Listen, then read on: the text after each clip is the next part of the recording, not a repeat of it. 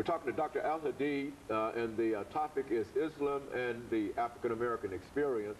Of course, Dr. Al-Hadid, let's pick up where we left off the last time during this final segment to allow you to continue our discussion dealing with Islam and the African-American experience. Okay.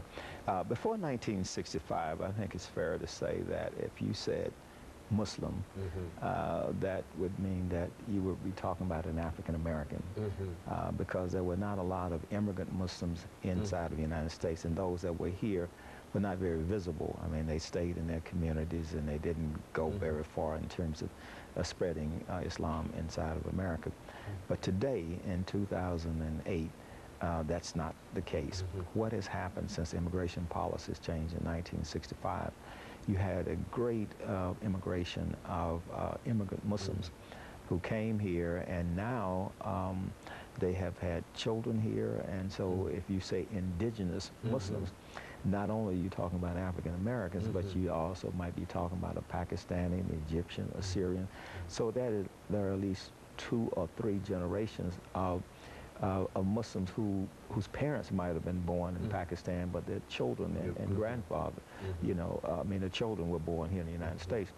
So the Muslim community inside of the United States, which estimates are, we're talking about maybe 10 or 12 million people, look like the entire Muslim world.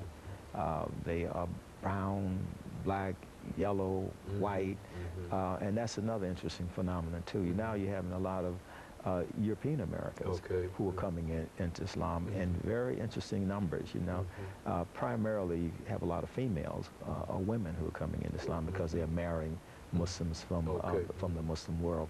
But you can start to see that there are more whites who are becoming Muslim now. And back in the 1960s, I mean, you wouldn't dream of maybe a white becoming a Muslim because of the rhetoric in terms of them being called, whites being called devils. So quite naturally, that type of interpretation of Islam would not attractive in the whites. But there are a lot of whites who come into Islam, especially young whites, and you have a lot of young white males that are also becoming Muslim.